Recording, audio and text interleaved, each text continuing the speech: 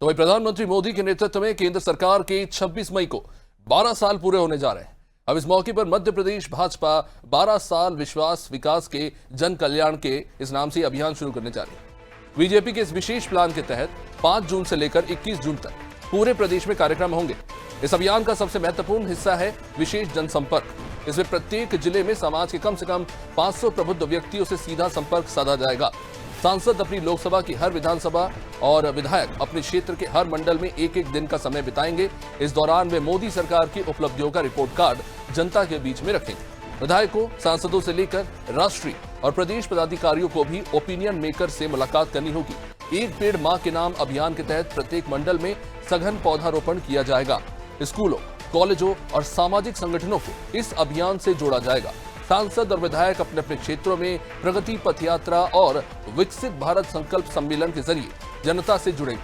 स्वच्छता अभियान भी चलाया जाएगा। प्लास्टिक कचरे की सफाई पर विशेष फोकस किया जाएगा। 21 जून को अंतर्राष्ट्रीय योग दिवस के साथ इस अभियान का समापन होगा। तो जाहिर तौर पर बीजेपी सरकार को 12 साल होने जा रहे हैं और ऐसे में इस खास मौके पर बीजेपी एक विशेष मेगा अभियान जो है वो चलाने जा रही है। सीधे तौर पर जनसंपर्क किया जाएगा और जनता तक बीजेपी अपनी बात पहुंचाएगी, अपने मुद्दे रखे जाएंगे। साथ ही साथ आपको बता दें, गैर कांग्रेसी प्रधानमंत्री अब तक का सबसे लंबा कार्यकाल रहा है नरेंद्र मोदी का।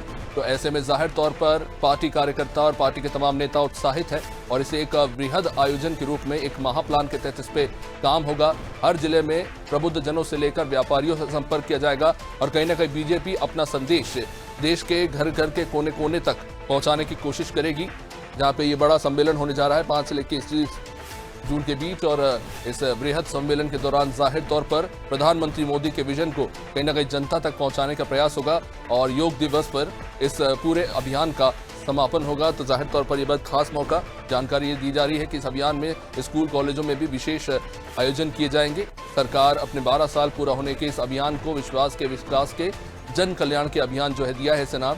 हर जिले में 500 ओपिनियन मेकर्स तक भाजपा पहुंचेगी और कहीं ना कहीं और पकड़ मजबूत करने की कोशिश होगी। 21 मई को मोदी सरकार के पूरे होने जा रहे हैं 12 साल और इसीलिए इसको एक वृहद आयोजन के तौर पर, अभियान के तौर पर आगे बढ़ाने की कोशिश हो रही है। इस अभियान के जरिए मोदी सरकार के 12 साल में जो जो उपलब्धियां हैं वो आम लोगों तक पहुंचाने के प्रयास किए जाएंगे।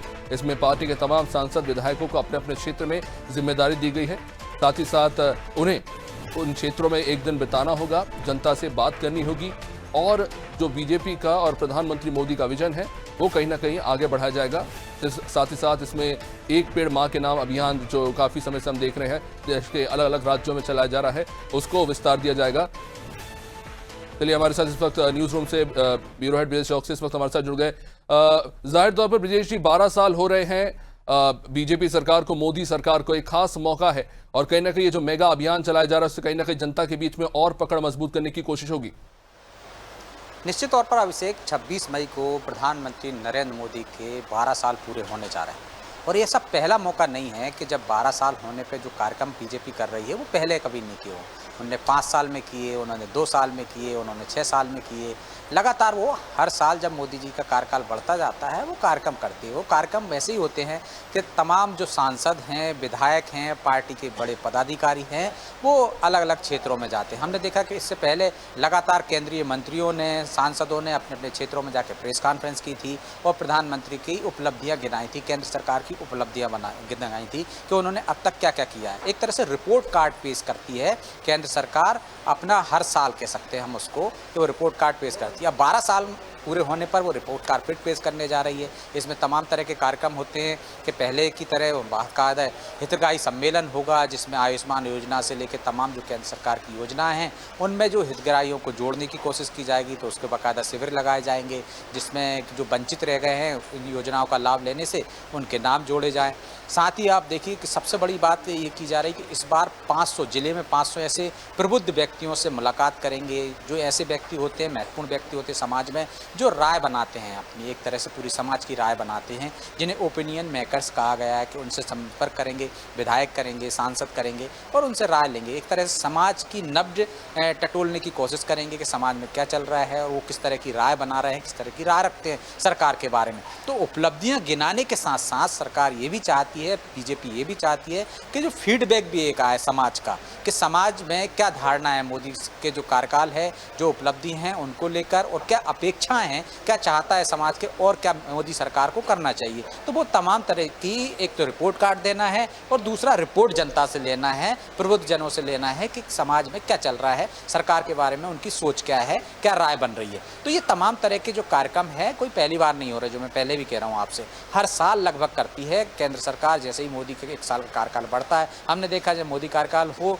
चाहे मुख्यमंत्री का, राज्यों का, किसी का भी सरकार का, बीजेपी सरकार का कार्यकाल होता है, वो एक रोड मैप देते हैं 100 दिन का कार्यक्रम। तो 100 दिन में उन्होंने क्या किया, वो रिपोर्ट कार्ड लेकर जनता के पास जाते हैं। फिर साल भर में उन्होंने क्या किया, वो रिपोर्ट कार्ड जनता के पास लेकर जाते हैं। 12 साल बड़ा लंबा कार्यकाल है और 12 साल में क्या उपलब्धियां की है, इनको लेकर जनता के बीच में जा रहे हैं। और वो इस बाकायदा जनता के बीच में ही नहीं जा रहे, स्कूली बच्चों के साथ साथ कॉलेज के छात्रों के बीच में भी जाएंगे, योग शिविर भी लगाएंगे। तो वो तमाम तरह की रणनीति अपनाती है बीजेपी, जिससे कि वो जनता से जुड़ सके, जनता में उसका तालमेल बेहतर बैठ सके। उसके जो, यदि हम कहें लगातार सरकार में रहने का एंटी इनकम्बेंसी आई है, तो उसको भी समझने की कोशिश करें, उसको टालने की कोशिश करें, उसको बंद करने की। अब जिस वैश्विक स्तर पर जिस तरह की परिस्थितियाँ चल रही हैं, यदि जनता के बीच में जाएगी, तमाम तरह की वो परिस्थितियाँ भी वो रखेगी सरकार।